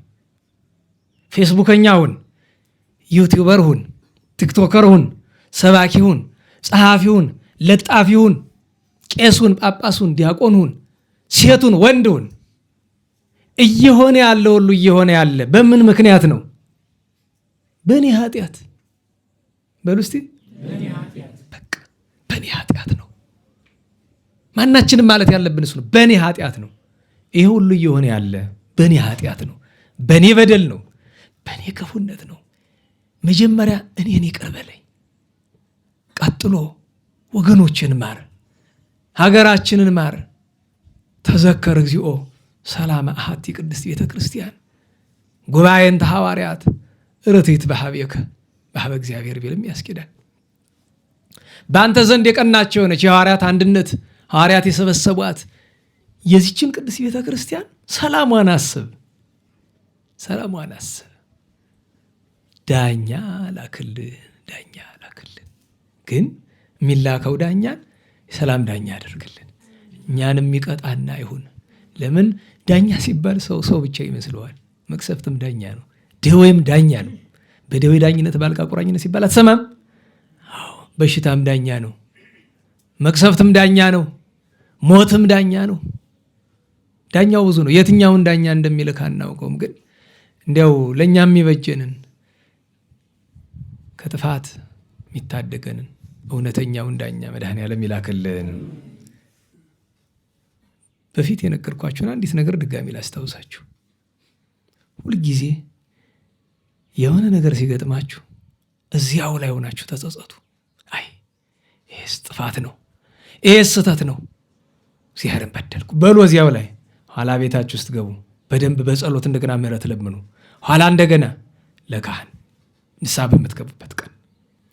እንደ ሀገር ግን ማናችንም ሁላችንም አንድነት እንደበደልን አንድነት ምሕረት መለመን አለብን። ይህንን ለወገኖቻችሁ በሙሉ አድርሱ። ከዚህ በላይ እንግዲህ ምን ይባላል? መድኃኔዓለም በቸርነቱ ይማረን። ንስሐ እንግባ። ዛሬ 28 አይደለም በ21 ነው ተገናኝተን የነበረ። በ22 ሐዋርያው ቅዱስ እንድራኒቆስ ያዕቆብ ምስራቃዊ፣ በ23 አቡነ ታዲዮስ ታላቁ ሐዋርያ ሰማዕት ጻድቅ፣ ሐዋርያት ቅዱሳን ዮልዮስ አፍሮዲጡ፣ ሌሎቹ አባ አንስያ፣ ዮልያኖስ፣ እናቱ ታወድራጦስ፣ ታድሮስ የሚባሉ መምህራን፣ ጳጳሳት፣ ካህናት ሰማዕትነት የተቀበሉበት ቀን ነው። በ24 እግዝእትነ ማርያም ድንግል ወላዲተ አምላክ ከቸሩ መድኃኔ ዓለም ከልጇ ከቅዱስ ዮሴፍ አረጋዊ ከቅድስት ሰሎሜ ጋር ስደት ወጥተው ወደ ግብፅ የገቡበት የሐዘን ቀን ነው። ለእመቤታችን መከራዋ ስደቷ የጀመረበት መታሰቢያው ነው። ግንቦት 24 በስደት የገባችበት ነው እንጂ ስደት የወጣችማ በታኅሳስ መጨረሻና በጥር ነው። ያን ቀን አረጋዊ ዮሴፍን እናታችን ቅድስት ሰሎሜን እናስብና ከአበው ወገን የአልዓዛር ልጅ በክህነታቸው ከተመሰገኑ የብሉይ ኪዳን ቅዱሳን ካህናት አንዱ አልዓዛር ወልደ አሮን ዓመታዊ ዕረፍት በዓል ነው። ያን ቀን በቤተ ክርስቲያናችን ኤርምያስ መክሮ ዘክሮ ገስጾ አልሰማው ሲሉ እርሱን ሰምተው ከፄዋዌ ከምርኮ መከራ እስራኤል ስጠፋ መዳን ከተቻላቸው ቅዱሳን መካከል አንዱ ቅዱስ ዕንባቆም ያን ቀን ዓመታዊ ዕረፍት በዓሉ ነው። ወደ ፍልስጤም ሄዶ ስራ ሲሰራ ኑሮ ኋላም ተመልሶ ጠላት ሲመጣ ግባ መልስ ብሎ ተዋግቶ ድል አድርጎ 70 ዘመን ታግሶ እስራኤላውያን ከምርኮ እንደገና ሲመለሱ ከሞት የተረፉ ከጥላ ያረፉት ወደ ቤተ መቅደስ ገብቶ እግዚኦ ሰማይኩ ድምፀከ ወፈራይኩ፣ አቤቱ ጌታዬ ድምፅህን ሰማው ፈራሁ፣ ርኢኩ ግብረከ ወአንከርኩ፣ ስራህን አየሁ አደነኩ፣ በማእከለ ክልኤ እንስሳ ርኢኩከ፣ በሁለት እንስሳት መካከል ተኝተህ አየሁ ብሎ ምስጢረ ሥጋዌ ተገልጦለት ተናገረ። ሙታንን አስነሳ። በስተርጅናው እደ እግዚአብሔር መጥታ ነፍሱን ከሥጋ ለይታለታለች። ያን ቀን ከቅዱሳት አንስት መካከል እናታችን ቅድስት ዮሐና የኩዛ ሚስት የሄሮድስ የቤተ መንግስቱ አዛዥ ኩዛ የሚባል ወታደር ነበርና የእሱ ሚስት የነበረች ሀብት ንብረት የነበራት ጌታችንን በገንዘቧ በሰውነቷ በሃይማኖቷ ያገለገለችው ጌታ ካረፈ በኋላ እመቤታችንን 15 ዘመን ያገለገለች ስለ አድኗ በዚህም አለን ቅድስት ዮሐና ዕረፍቷ ነው። ያን ቀን ከሰማዕታት ቅዱስ አብቁልታ ቄስ ነው። በቅስናው በጎረኝነት ፈጽሞ በእሳት ተቃጥሎ የተሰዋ። በ25 ተወዳጅ እናታችን ቅድስት ሰሎሜ ልክ እንደ ዮሐና ግን ከዮሐናም ከፍ ባለ ማረግ እመቤታችን የሥጋ ዘመዷ ያክስቷ ልጅ የአረጋዊ ዮሴፍ ልጅ ጌታ በጽንሰቱ በልደቱ በስደቱ በእድገቱ በጥምቀቱ በትምህርቱ በሕማሙ በሞቱ በትንሣኤው በርደተ መንፈስ ቅዱስ በእርገቱ በርደተ መንፈስ ቅዱስ ኋላም በዘመነ ሐዋርያት በነበረ አገልግሎት የተሳተፈች አረጊት አረጋዊት እናታችን ቅድስት ሰሎሜ ኋላ አርጅታ በጣም አርጅታ ነው ያረፈች። ቅድስት ሰሎሜ ጌታን ያቀፈች ጌታን ያዘለች በእጆቿ እንማጸናለን በከንፈሮቿም እንማጸናለን ጌታን እንማጸናለን። በእውነቱ ያን ቀን ጌታችን መድኃኒታችን ኢየሱስ ክርስቶስ የዮሴፍን በትር ወስዶ አጠቃቅኖ ሰባብሮ ተክሎ በካህሊነቱ ጸበል ወይ ማይ አፍልቆ ከዚያ አጠጥቶ ቅባ በለሳን ቅባ በለሶን ያፈለቀበት ነው። ያ ቅባ በለሶን እንድታውቁት ቅባ ሜሮን ዛሬ እንዴት እንደሚያደርጉት አላውቅም። የዛሬ በጥንት ዘመን ግን ቅባ ሜሮን ወይም ፍልሃተ ሜሮን የሚደረግ አዲስ ለሜሮን የሚሆን የሚዘጋጅ ነገር አለ። ነገር ግን ከጥንቷ ከዛች ከመጀመሪያዋ ሜሮን ወይም ከዚያች ከቅባ በለሳን ግን ጠብታ መኖር አለባት። ያቺ መቀላቀል አለባት እና ለዚያ ነው በትረ ዮሴፍ አሚሃ ከመታሪ ስልጣነ ገቢረከ በበስባር ሀበተከል ከመካነ ማኅተመ ቅድሳት ይኩን አውሃዝ ከሜሮን ብሎ ደራሲ ያመሰገነ። ያን ቀን ከሰማዕታት ብዙ ቃል ኪዳን የተገባለት ቅዱስ ሚካኤል የነገ ሰርክ ረዳት የሆነለት 30,000 ሰማዕታትን አሕዛብን ማርኮ ለሰማዕትነት ያበቃው አባታችን ቅዱስ ሄሮዳ ዓመታዊ የሰማዕትነት በዓሉ ነው። እነ ቅዱስ ኮጦሎስ በሀገረ እንዴናው በሀገረ እንጽና ከተሰቡ ቅዱሳን ውስጥ ናቸው። አባታችን ሕፃን ሞዓ የዚያን ቀን ዓመታዊ ጽንሰት በዓሉን እናስባለን። በ26 ተገናኝተን ነበረ። አባታችን ሐዋርያው ቶማስ ታሪኩን አውስተናል ጥቂት። ጻድቁ አባታችን ሀብተ ማርያም ልደታቸው፣ ቅድስት ዮስቴና እናታቸው፣ አቡነ ኢየሱስ ሞዐ ዘሐይቅ፣ አቡነ ሳሙኤል ዘወገግ ፍልሰታቸው በ26 ለ27 ነው ፍልሰታቸው። ቅዳሴ ቤት የፍልሰት ቅዳሴ ቤታቸው በ27 ስለተከበረ ብዙዎቹ 27 ነው የሚያከብሩኝ፣ 26ን እንይዛለን። የዚያን ቀን እናታችን ቅድስት እህተ ክርስቶስ የሬማዋ የጣናዋ ኮከብ እናታችን ቅድስት እህተ ክርስቶስ የሬማዋ እረፍቷ ነው። እናታችን ቅድስት አርሶንያንም እናስባለን። ትናንት በ27 ሐዋርያው ቅዱስ አልዓዛር እረፍቱ ነው። መድኃኒታችን ኢየሱስ ክርስቶስ በቅዱስ ዮሐንስ ወንጌል ምዕራፍ 11 ላይ ከሞት አስነስቶት ከዚያ በኋላ 40 ዘመን ኑሮ በቆጵሮስ ከቅዱስ በርናባስ በኋላ ጵጵስና ተሾሞ አገልግሎ በ74 ዓመተ ምህረት አርፎ በክብር ቀብረውታል። ታዲያ ከሌሎቹ በተለየ ከመቃብሩ ሳጥን ላይ ዝንቱ ሥጋ አልዓዛር ሐዋርያ አርከ እግዚእነ ኢየሱስ ክርስቶስ ዘአንሥኦ እመቃብር እምድኅረ 40 መዋዕል የሚል ጽሑፍ ጽፎበታል። የሚገርመው ይህ ሥጋ የሐዋርያው የአልዓዛር ነው። እርሱም የጌታችን ኢየሱስ ክርስቶስ ወዳጅ ነው። ከሞተ ከ4 ቀን በኋላ ያስነሳው የሚል ጽሑፍ አለ። ፍልሰቱ ሲደረግ በዘመነ ቆስጠንጢኖስ እሷ ጽሑፍ ተገኘች። የእሱ መሆኑን ያወቁት ለዛ ነው። አባ ዮሐንስ ሊቀ ጳጳሳትም ዓመታዊ በዓሉ ነበረ ትናንት። ተወዳጅ እናቶቻችን ደናግል ቅዱሳት ማርያም ማረታ ዓመታዊ በዓላቸው ነው። ደህና ዋላችሁ። እንደ አልዓዛር መወደድን በሰው አይደለም በእግዚአብሔር፣ እንደ ማረታ እንግዳ መውደድን ማገልገልን፣ እንደ ማርያም አርምሞ ትዕግስትን ስጠኝ ብሎ መለመን ይገባል። ዛሬ ታላቁ ሊቅ ቅዱስ ኤጲፋንዮስ ዓመታዊ በዓሉ ነው። ሥጋው ክቡር ሥጋው ካረፈ በኋላ ለ11 ቀን በባህርም በየብስም ሲጓዙ ቆይቶ በጎዳና ስለሆነ ያረፈ ሥጋውን ይዘው ቢደርሱ ለ40 ቀን ክፉ አገልጋዮች ነበሩና ቤተክርስቲያን ውስጥ ስላወገዛቸው በክፋታቸው አይቀበርም ብለው እምቢ አሉ። እነሱ ሐሳባቸው ምንድን ነው? 2 ነገር ነው። አንደኛ እንደዚህ በመከልከላቸው አቅማቸውን ጉልበታቸውን ማሳየታቸው ነው፣ እሱ ሞቷል ብለው። ሁለተኛው ነገር አይቀበርም ተብሎ ያ ተወዳጅ ቅዱስ ሰው ሲሞት ይለወጣልና ተለውጦ አካሉ ሌላ ነገር ሲሆን ለሰው አሳይቶ ለማዋረድ ነው። ነገር ግን እስከዚያች ሰዓት ድረስ ሲያመጡት አልገነዙትም ነበር። ዝም ብሎ ነው ተሸክሞ ያመጡት። 40ውን ቀን በሙሉ እየተመላለሱ ሲያዩት መለወጥ አለመለወጡ አይደለም፣ የሞተም አይመስልም፣ እንደተኛ ሰው ነበረ። መዓዛው ደስ የሚያሰኝ። ኋላ ግን አንድ ዲያቆን እኮ ቁም ነገር እንደሚሰራ አስቡት። አንድ ዲያቆን ነው አይደል? በዛሬው ስንክሳር ላይ ታችሁታል። አንድ ዲያቆን መጥቶ አባት ሆይ ፈቃድህ መሆኑን እንጂ ፈቃድህ ከሆነስ እነዚህን ክፉዎች አንተ ልታሸንፋቸው ስልጣን አለ ብሎ እጁን አንስቶ ወዘበጠ ባቲ ምድር እንዲያደርጉ በእጁ ቢመታት እንደ መሬት መንቀጥቀጥ ያለ ነገር ተፈጠረ። ሁለቱም ወደቁ፣ ሞቱ። እሱ በክብር ተቀብሯል።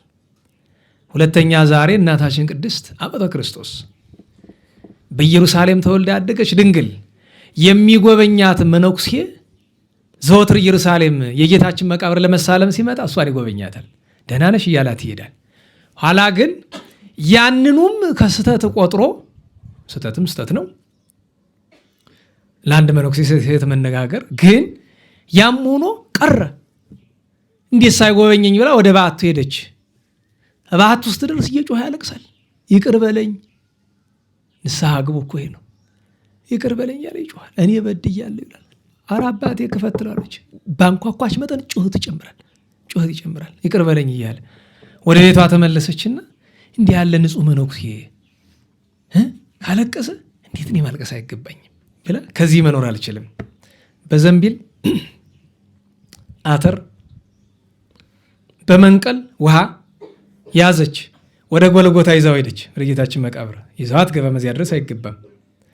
እዚያ በአፋ ሆና ጌታ ኢየሱስ ክርስቶስ አንተን ልሻ ልፈልግ ልሄድ ነኝ፣ ነገር ግን በሚሄድበት ጎዳና በሙሉ ለሰው ልጅ እንቅፋቱ ሆዱ ነውና እችን የዘላለም በሕይወት እያለው ምግብ አድርግልኝ ብላ ጸለየች። ሄደች፣ ባህረ ኤርትራን ተሻገረች፣ በሐቅለ ጣኔዎስ ገባች በረሃ ውስጥ 38 ዘመን ሽምብራውን ትቀምስለታለች፣ ማታ ማታ ውሃውን ትጠጣለች። ልክ ቀምሳው ዞር ስትል መልሶ ይሞላላታል። ነገር ግን ለምግቡ ስትጸልይ ያልጸለየችለት አንድ ጉዳይ ነበረ፣ ልብሷ ግን ወዲያው አለቀ። ቀና ብላ ብትመለከት መድኃኔዓለም ጠጉሯን ያሳደገ አካሏን በሙሉ ሸፈነ። ከ38 ዘመን በኋላ ሰው እንዲያውቃት ስለፈለገ በዚያ ወራት ቅዱሳንን ሲሻ ብዙ ቅዱሳንን እሱ ከሁሉ የሚበልጥ ቅዱሳን ሲሆን ቅዱሳንን እየፈለገ ታሪካቸውን ይጽፍ የነበረ ታላቁ የሲሃት ኮከብ አበምኔቱ አባ ዳንኤል በበረሃ ሲዘዋወር በሌሊት እሱ ራሱ እንዲላል ሰው አየሁ፣ ምን ይሆን ምትሃት እንዳይሆን እየተጠራጥሬ ሄድኩኝ። ያ ሰው ዘሎ ወደ ተሰነጠቀ አለት ውስጥ ገባ። ሰው እንደሆነ ገዳማዊ ሰው እንደሆነ አወቅኩና አባቴ ሆይ እባክህ ውጣና ባርከኝ ብዬ አልኩት፣ አልመልስልኝ አለ። ደጋግሜ በጮህ ጊዜ ይቅር በለኝ አባቴ፣ እኔ መውጣት አልችልም አለኝ። ለምን ስለው ሴት ነኝ ደግሞ ራቆቴን ነኝ እና ልብሴን ጣልኩላት በዋሻ ውስጥ። ያንን ለብሳ ወጣች፣ ሰገደችለት፣ ሰገደላት። ታሪክሽን ንገሪኝ አላት፣ ነገረችው። እንግዲህ አስቡት፣ በነገራችሁ ላይ አንዲት ወጣት ከተማ ያደገች ሴት ወጣት ማንም የማያውቀው ጭው ያለ በረሃ ሄዳ 38 ዓመት። ቅዱስ ዳዊት በመዝሙር የተናገረውን ምህላ መሀል ላይ ያለ አይደል? ወይዜኒ መኑ ተስፋዬ። በአፍ ስንለው እንኳ አይጥምም እኮ ማለት ጣዕም የለውም። አይጥምም ሳይሆን ቃሉማ ጣፋጭ ነው፣ ግን ጣዕም የለውም ስንናገረው። ሲኖሩት ነው ጣዕም የሚኖረው። ወይዜኒ መኑ ተስፋዬ እኮ ነው እግዚአብሔር። እንግዲህ ተስፋዬ ማን ነው? እግዚአብሔር አይደለምን? እግዚአብሔርን ተስፋ የሚያደርግ ሰው መስጉን ነው። ራሱ ዳዊት አልተናገረም? ብፁዕ ብእሲ ዘስመ እግዚአብሔር ትውክልቱ።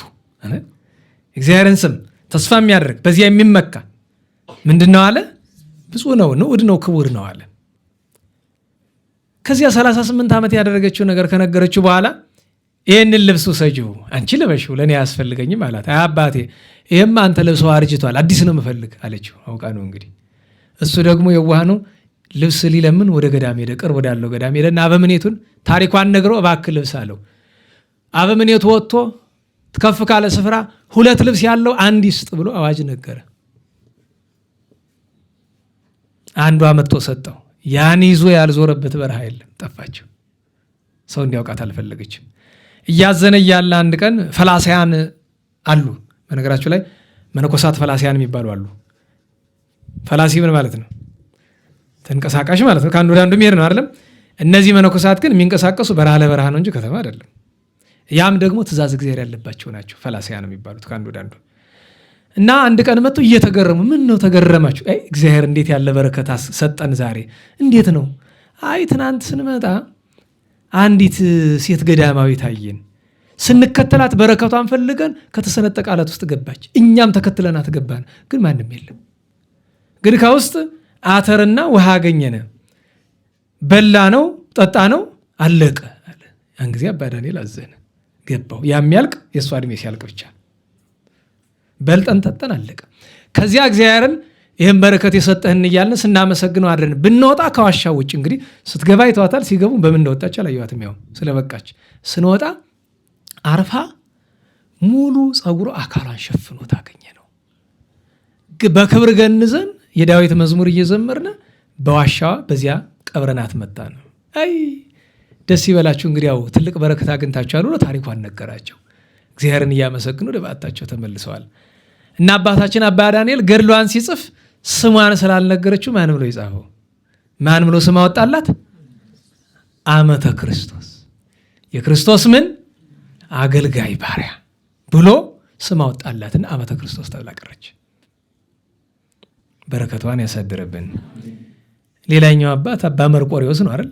ከአባ ጳኩሚስ ገዳም በኋላ ዘመን አባ አንጦንስ የሚባል ደግ ሰው ተሹሞ ሳለ መነኮሳት ተሯሩጦ መጥተው ኧረ አባ አንጦንስ ይሉታል። አቤት አባ መርቆሬዎስ ሊያርፍ ነው፣ ነፍሱ ሊወጣ ነው አሉት። በረከቱን ሳልቀበል ያን ሽማግሌ ሊሉ ተሯሩጦ መነኮሳትን ይዞ ቢመጣ አልሞተም እና ከዚህ ነፍሱ እንዳለች ይታወቃል፣ ሌላ አካሉ ግን አይሰራም። እና በኋላ አባ አንጦንስ አንድ ነገር ገባው። ያው ነፍሱን መላእክት ወስደው በተመስጦ እንዳለ 3 መዓልት 3 ሌሊት እዚያው ቁጭ ብሎ ጠበቁት። ኋላ ከእንቅልፍ እንደሚነቃ ሰው ብድግ ብሎ አየንና ምን ሆናችሁ የተሰበሰባችሁ ብሎ አላቸው። አይ እንደዚህ ይሆናል ነው። ኋላ አባ መርቆሬዎስ ዝም አለ። እዚያ አባ አንጦንስ አባት ሆይ በሰማይ ምን እንዳየህ ንገረን አለው። እምቢ አለው። እባክህ ንገረን አለው። በጣም አለቀሰ። ምን ነው አለቀስክ አለው። የጻድቃንን ከተማ የኃጥአንን ስቃይ አይቼ መጣሁ ብሎ አለ። ከዚያ በላይ ግን ለመናገር ቸገረው። ለምን? የጻድቃንን ከተማ የደስታዋን ብዛት እንኳን ምድራዊ ቋንቋ የመላእክት ቋንቋ ሊናገረው አይችልም። የኃጥአንን የመከራ ብዛት ሲኦልን ሰው ሊናገረው አይችልም። አለቀሰ። ኋላ ግን አንድ ነገር ብቻ አላቸው። ቀና ብሎ ሂዱ ወገኖቼ ወደ ገዳመ ሐራጺት፣ እዚያው ፈንጠር ብሎ ብዙ ገዳማት ስለሆነ ያባን ጳኩሚስ ያሉት ገዳመ ሐራጺት ገዳመ ጽዮን ትምትባላለች። እዚያ ሂዱ፣ አባ ጊዮርጊስ አርፈዋል፣ ሂዱና ቅበሩት አላቸው። እንዴት ሲሉት እኔን የወሰደኝ መልአክ እኔን ሊወስድ እዚያ ሊጨምረኝ ሲል መልሰው እሱን ቀኑ አልደረሰም አባ ጊዮርጊስን አምጣ ተብሎ አባ ጊዮርጊስን ሲወስድ አይቼዋለሁ አላቸው። ቢሄዱ እስከ ተቆጽረ ስጋው ይላል አይደል? ስጋው ከሰውነት ተራ እስኪወጣ ድረስ የተጋደለ አባ ጊዮርጊስ ዘገዳመ ሐራጺትን በዚች ቀን ቀብረውታል። ኋላ ከብዙ ቀን በኋላ አባ አንጦንስ ሊጠይቀው ሲሄድ አባቴ አለው። አቤት ግንቦት 28 እንድትመጣ አለው። እንደ አደራ እንዳትቀር አለው። አባ አንጦንስ መጣ። ቢመጣ ደክሞ አገኘው።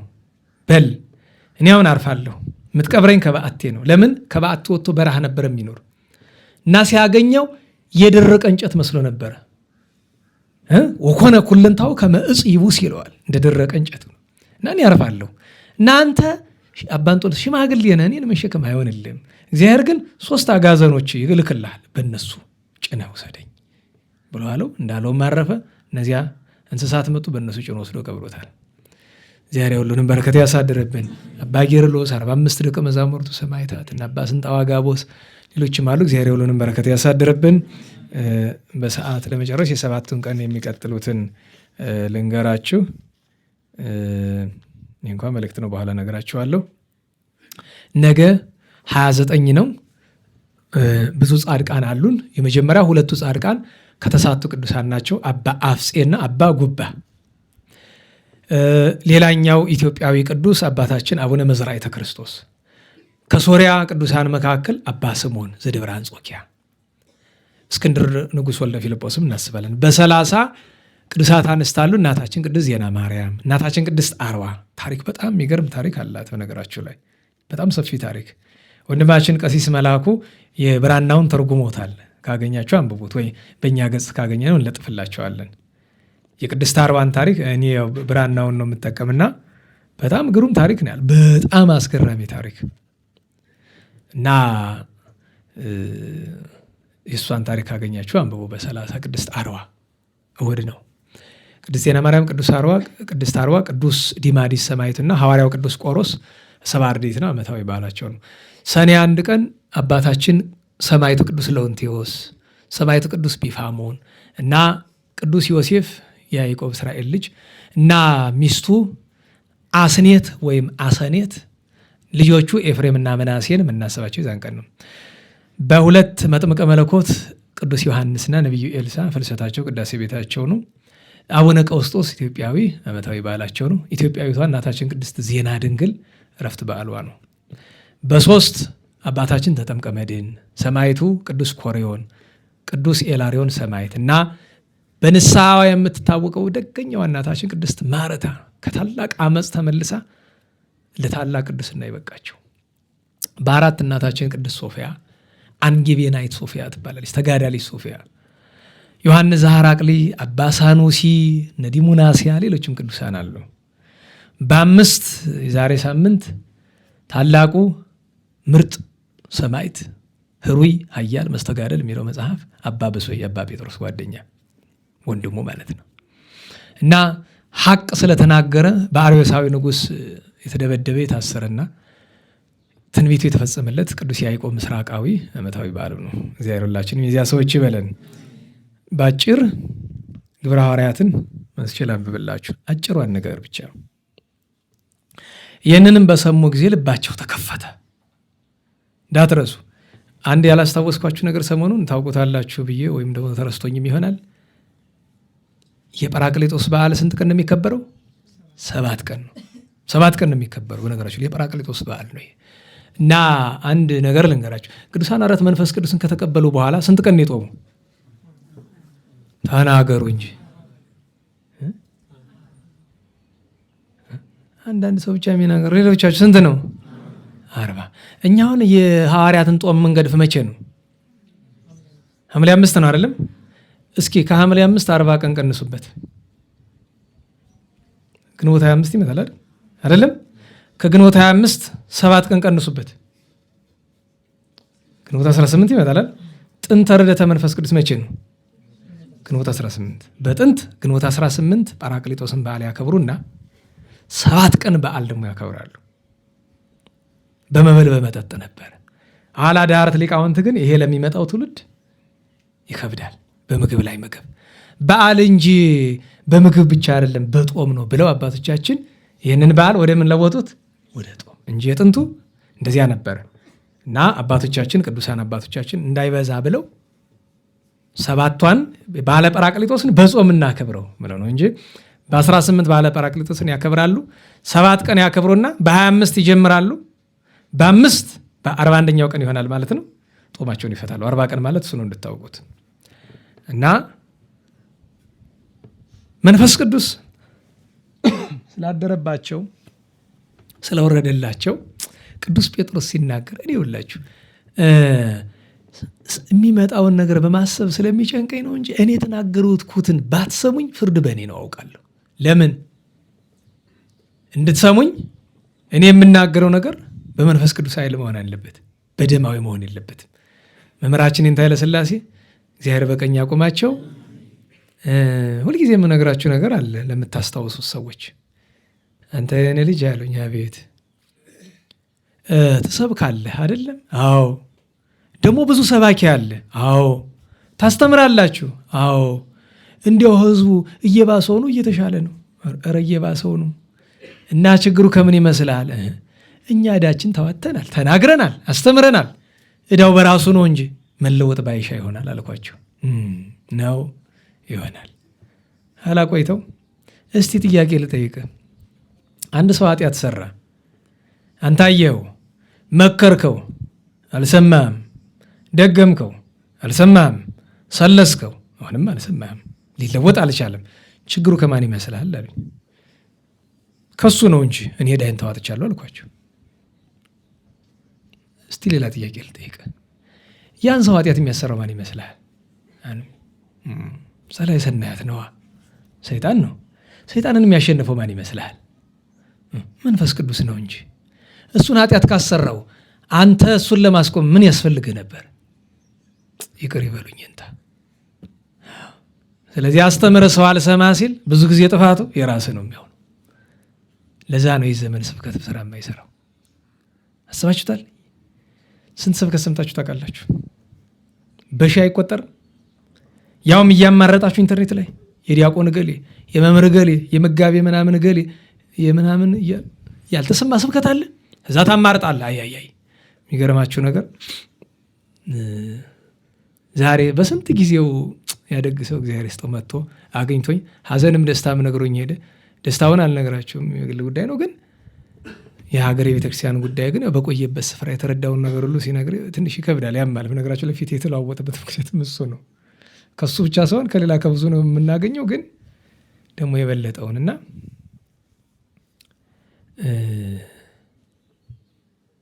ምንድን ነው እያልኩ ነበር ለዋላችሁ እና ለሱ እስቲ እንደው ላስቅህ ነኝ እስቲ ማለት ፈተና መከራው ስለሚበዛበት አንዳንድ ጊዜ አለ አይደለም የቤት ጨዋታ የሚባል እንደዛ አታውቁም? አሁን ቁም ነገሩን ሆኖ ሳይሆን ነገሩ ግን የቤት ጨዋታ የሚባል አለ። ለምሳሌ ልጆች እያለን በቀደም አንድ ነገር ነግራችኋለሁ አይደል? ምግብ ብላ የሚለውን ነገር እና ደግሞ አንድ ቀን ዳቦ ተጋግሮ ቤተሰብ በሌለበት ከጓደኞች ጋር ሆነን ዳቦውን ምሽክ አድርገን በላ ነው። ሙሉ ድፎ ዳቦ ነው ያልተቆረሰ ማለት ነው። እና ቤት ሲመጡ አይ ይሄ ሰው ዳቦ እነዚህ ልጆች ዳቦ ጨው እያላቸው ነው። ምን ማለት ነው? እየጣፈጣቸው ማለት ነው። ቅጣቱ ከፍ ይበል ተብሎ ወደ በርበሬ ማጠን ይደግ ተባለልን። ከዛ አባታችን አልቻለበትም። ምንኖርበት ሰፈር ቆርቆሮ ቤት ነው። ቆርቆሮ መንደር ይባላል። ኪቢያድ የሰራው ማለት ነው። 8 ክፍል አለውና ውስጡ ክፍት ነው። አንዱ ቦታ የሆነ ነገር ብታጨሱ 8ኛው ክፍል በሰከንድ ነው የሚደርስ።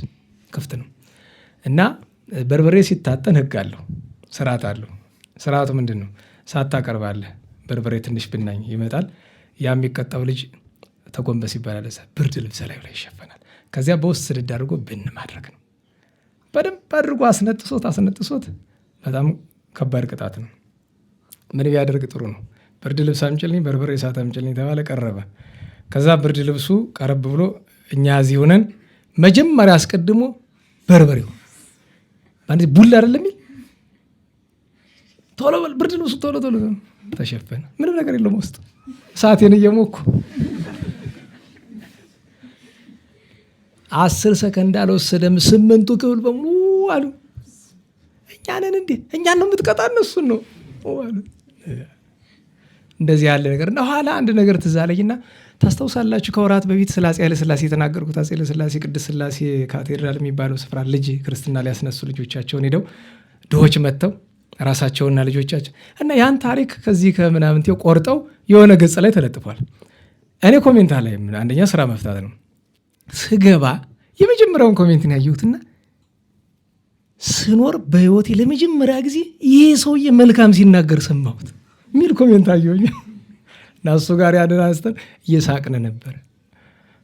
እንደዛ ነው ሰው የሚያስብ። በነገራችሁ ለአንዳንድ እኮ ፍርድ ነው። ለምን ቁጣውን ብቻ እየቆረጡ ትኩረት ለመሳብ ብለው የሚወስዱ ሰዎች ስላሉ ነው። አይምሯችሁ በጣም እንትን እንዳለ እንዳይር ነው እንጂ አሁን የነገርኳችሁ ነገር የሚረባ የሚጠቅም ነገሩ ነው አይደለም። ተጭኛችሁ እንደተጨቆንኳችሁ እንዳልሄድ ብዬ ነው ይሄ እንጂ እንዲያው ደግሞ ቁም ነገሩ እንድትረሱት አይደለም በእውነቱ። እና ልባቸው ተከፈተ ይላል። ይህንን በሰሙ ቅዱስ ጴጥሮስ ሲናገር ልባቸው ተከፈተ ይላል። ለምን? መንፈስ ቅዱስ ስላለ። ጴጥሮስና ወንድሞች ሐዋርያትንም ወንድሞቻችሁን ምን እናድርግ አሉት። አኀዊነ ምንተ ንግበር አላቸው። ጴጥሮስም እንዲህ አላቸው፣ ንስሐ ግቡ፣ ሁላችሁም በኢየሱስ ክርስቶስም ተጠመቁ፣ ኃጢአታችሁም ይሰረይላችኋል፣ የመንፈስ ቅዱስንም ጸጋ ትቀበላላችሁ። አሁን ልብ በሉ እንግዲህ የመንፈስ ቅዱስን ጸጋ ለመቀበል የሚያሻን ነገር ንስሐ መግባት መሆኑን ነገረን። ተስፋው ለእናንተና ለልጆቻችሁ እግዚአብሔር አምላካችን ለሚጠራቸው ርቀው ለነበሩ ሁሉ ነውና። ሌላም ብዙ ነገር ነገራቸው። ከዚህ ከክፉ ዓለም ነፍሳችሁን አድኑ ብሎ መከራቸው ይላልና ንስሐ እንግባ። ወንድሞቻችን እህቶቻችንንም ንስሐ መግባትና ተሰብ ብሎ መመካከርን ገንዘብ እናድርግ። እግዚአብሔር ስማቸውን ከጠራናቸውም ቅዱሳን በረከት ከመቤታችን ጣዕመ ፍቅሯን ያሳድርብን። ለንስሐ ሞት ያብቃን። ከሚመጣው ሁሉ ወም ሁሉ ዘይመጽእ ግብር ይላል መጽሐፍና ከሚመጣው ሁሉ መድኃኔዓለም ያድነን። ለምስጋና እንነሳ።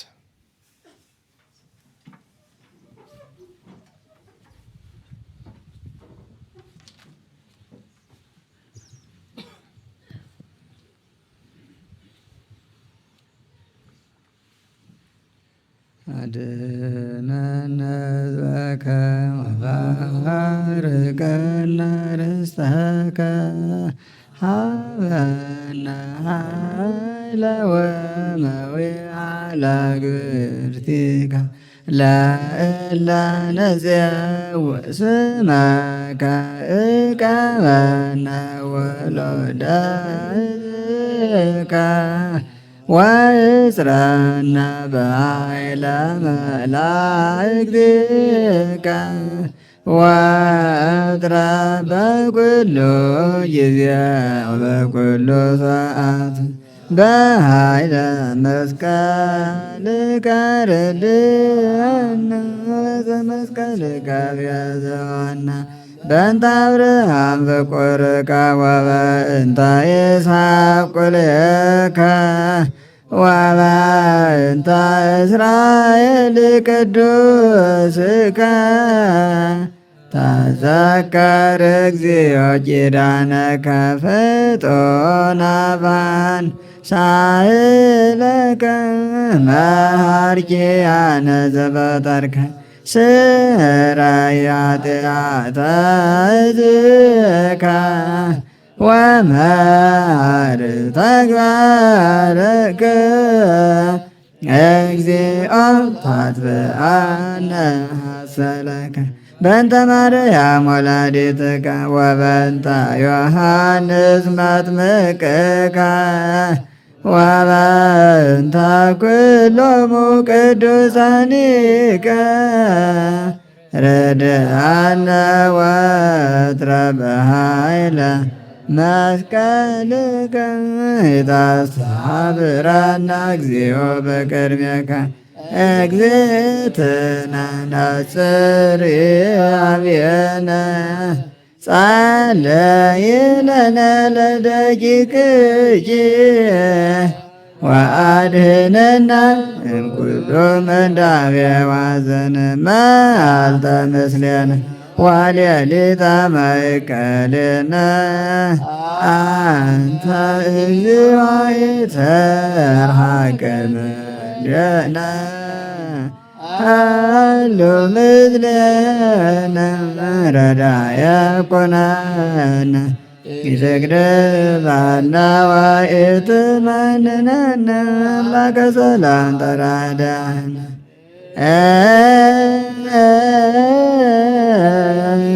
እግዝእትነ እግዝእትነ ነጽር አብየነ ሰላም ወልድኪ ሃሎ ምስሌነ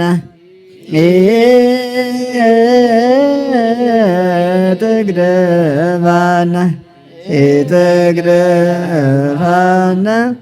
ወኢትመንነነ አምላከ ሰላም ተራድአነ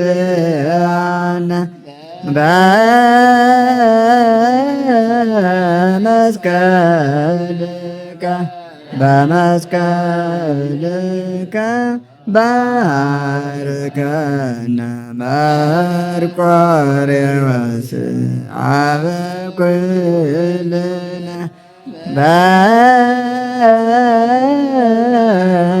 በኪዳንከ በኪዳንከ ተማፀነ አብየ እግዚእ አበኩልነ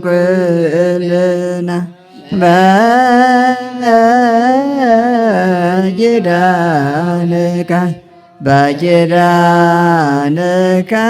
ተማፀነ ዕፀ መስቀል ሞገሰ ኩልነ በኪዳንኪ በኪዳንኪ ተማፀነ ወላዲተ አምላክ እመኩል ሀገራችን ቤተክርስቲያንን በሰላም ይጠብቅልን። የእመቤታችን ወላዲተ አምላክ ጣዕሟን ፍቅሯን የቅዱሳንን በረከት ያሳድርብን። ከታዘዘ መቅሰፍት ከነደደ እሳት ከዕለት እኪት ከዘመነ መንሱት ከግራ ቁመት ከገሃነመ እሳት ያድነን። ሰላሙን ፍቅሩን ቸርነቱን ይዘዝልን። በግፍ በመከራ ያሉ ወገኖቻችን በቸርነቱ ያስብልን። የሞቱትን የተገደሉትን ደማቸውን ደመ ሰማዕታት ያደርግልን። የመምህራችን የገብረ ኪዳንን የወንድሞቻችን የፍቅረ ሥላሴ የገብረ ሥላሴ የእህታችን የዕለተ ትንሣኤን ነፍስ የሌሎችንም በአብርሃም በይስሐቅ በያዕቆብ አጠገብ ያኑርልን። አትርሱን የሚሉንን መድኃኔዓለም በቸርነቱ ያስበልን። ሰላም በዋለን ቸርነቱ ሰላም ያሳድረን። ጾሞ ለማበረከት ያብቃን። አቡነ ዘበሰማያት እንበል። ይትቀደስ ስምከ ትምጻእ መንግሥትከ ወይኩን ፈቃድከ በከመ በሰማይ ከማሁ በምድር ሲሳየነ ዘለለ ዕለትነ ህድግ ለነ አበሳነ ወጌጋየነ ከመ ንሕነኒ ንህድግ ለዘአበሰ ለነ ኢታብአነ እግዚኦ ውስተ መንሱት አላድነን ወባልሐንም ኩሉ እኩይ እስመ ዚአከ ይእቲ መንግሥት ኃይል ወስብሐት በሰላመ ቅዱስ ገብርኤል መልአክ ኦ እግዝእቴ ማርያም ሰላም ለኪ ድንግል በሕሊናኪ ወድንግል እመእግዚአብሔር ጸባኦት ሰላም ለኪ ቡርክት አንቲ እምአንስት ወቡሩክ ፍሬ ከርሥኪ ተፈሥሒ ፍሥሕት ኦ ምልዕተ ጸጋ እግዚአብሔር ምስሌኪ ሰአሊ ወጸልዪ ለነ ምሕረተ ወፍቅሩልኪ ኢየሱስ ክርስቶስ ከመ ይስረይ ለነ ኃጣውኢነ ተማኅፀነ ብኪ ስብሐት ለአብ ስብሐት ለወልድ ስብሐት ለመንፈስ ቅዱስ ይእዜኒ ወዘልፈኒ ወለዓለመ ዓለም አሜን። ቸሩ መድኃኔ ዓለም የተመሰገነ ይሁን። እንግዲህ አጭር መልእክት ልንገራችሁና እንጨርሳለን። በ30 ይሰማችኋል። በ30 ማለትም እሁድ ማለት ነው። ከነገ ወዲያ እሁድ ወደ ጓራ ዮሐንስ ጉዞ እንዳለ ታውቃላችሁ። ስለዚህ 250 ብር ነው፣ ባለፈው ነግሬያችኋለሁ። ቁርስ ነገር ይኖራል። መኪና ትራንስፖርቱ ነው። የተረፈው ገዳሙ ስለሚቸግረው በጣም ለነሱም ድጋፍ ለማድረግ ነው ወንድሞቻችን ያሰቡ። ስለዚህ 250 ብር ነው። በር ላይ መመዝገብ ትችላላችሁ። ከአቅም በላይ ሆኖ ከቸገራችሁ መሄድ ፈልጋችሁ ገንዘብ ያን ያህል 250 ብር የሌላችሁ ካላችሁም አሳውቁ። እንግዲህ የሚከፍል ሰው እንፈልጋለን። ንገሯቸው ለነሱ፣ እነሱ ይነግሩናል። ከአቅም በላይ መሄድ ፈልጋችሁ ገንዘብ ካለን ግን ያው ያን እናደርግ። እንግዲህ ነገ በ29 2018 ከጸሎት በኋላ ጠቅላላ ጉባኤ አለና ሁሉም የማህበሩ አባላት እንድትገኙ ይሄ የኮሚቴው መልእክት ነው። የሰማችሁ ነው።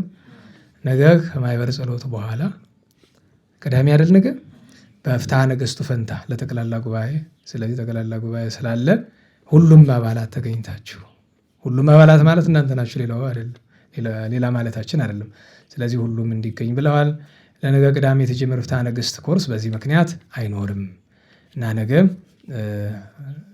በሰዓቱ ይጀመርና ምህላው ከዚያ በኋላ ያው የማህበሩ ጠቅላላ ጉባኤ ይደረጋል። ኮሚቴው ይህንን ብሏል።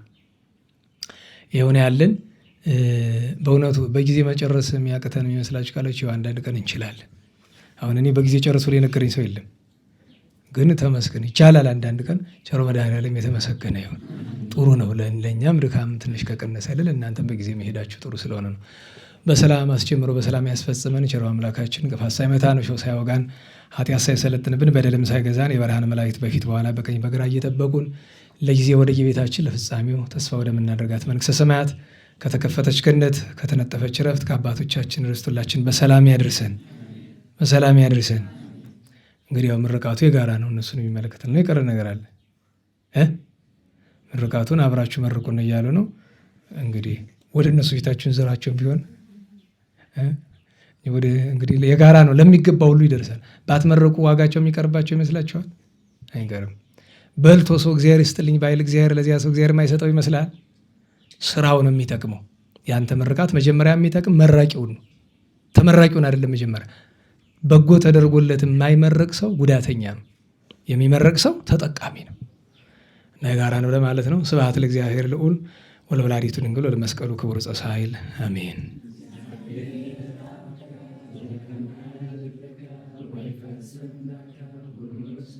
አሜን። ሰላም ያሳድረን።